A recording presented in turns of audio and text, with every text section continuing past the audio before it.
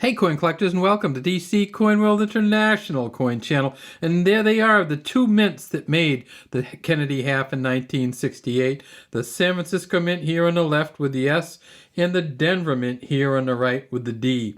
No half dollars were made at the Philadelphia Mint in 1968. And there's a reason for that, and that's because Denver was where all the silver was. If you remember, 1964, the Kennedy half first came out. It was 90% silver.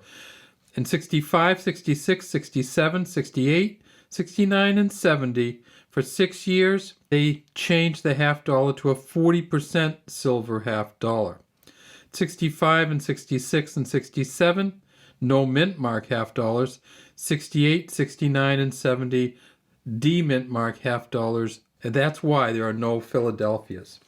The melt value of this 1968 coin is $4.62, according to NGC, and it is just a really nice coin.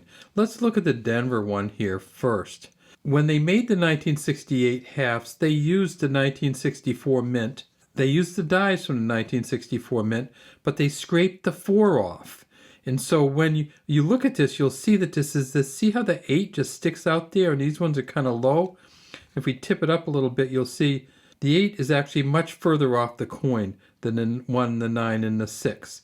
So in 1968, they used the old dies, scraped off the 4, put the 8 on, but they put the 8 on really thick. And so that's why it looks a little funny when you look at the 68s. Liberty around the top and God We Trust underneath Kennedy. Right down in here, you'll see a G and an R, and that's for Gilroy Roberts, the engraver of the front of the coin. Down here you see the D, and then down here you see the date.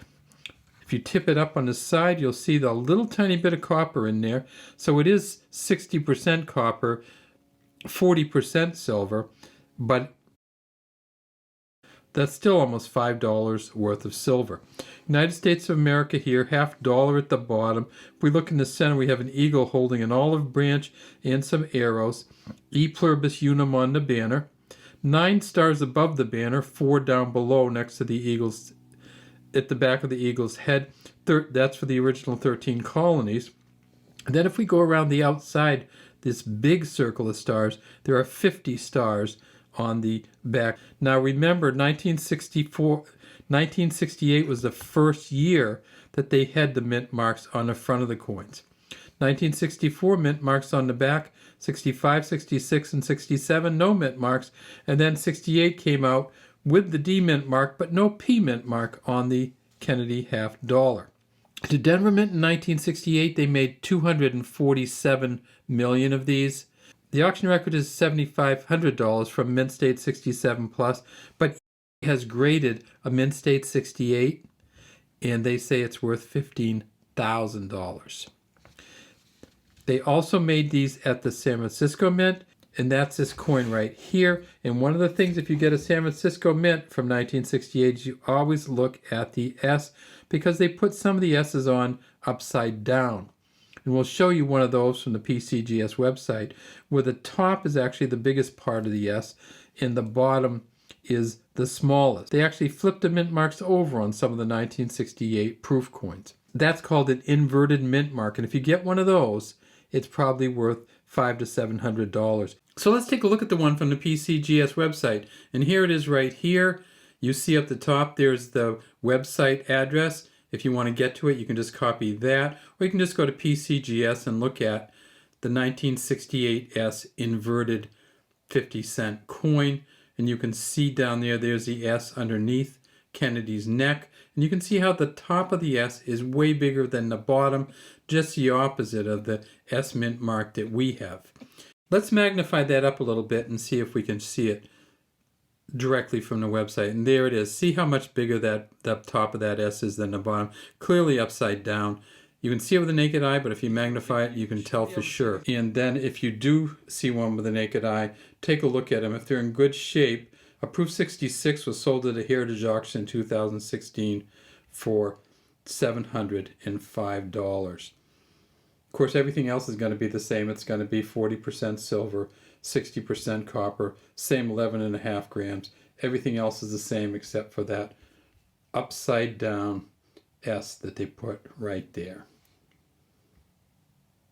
All right, let's get back to our own coins. They also had the regular proof sets, and if you get this in a deep cameo, of which this is not even a cameo at all, but a deep cameo at San Francisco where they made a little over 3 million of the half dollars could be worth over $20,000. They found 17 deep cameo proof 70s at the San Francisco Mint, and those are worth $20,000 each. However, if you get down to a proof 65 deep cameo, only worth $17. They also had some double die arbors from San Francisco, and those are worth up to $650. Unless you get a proof coin, the Kennedy half is hard to get in really good condition.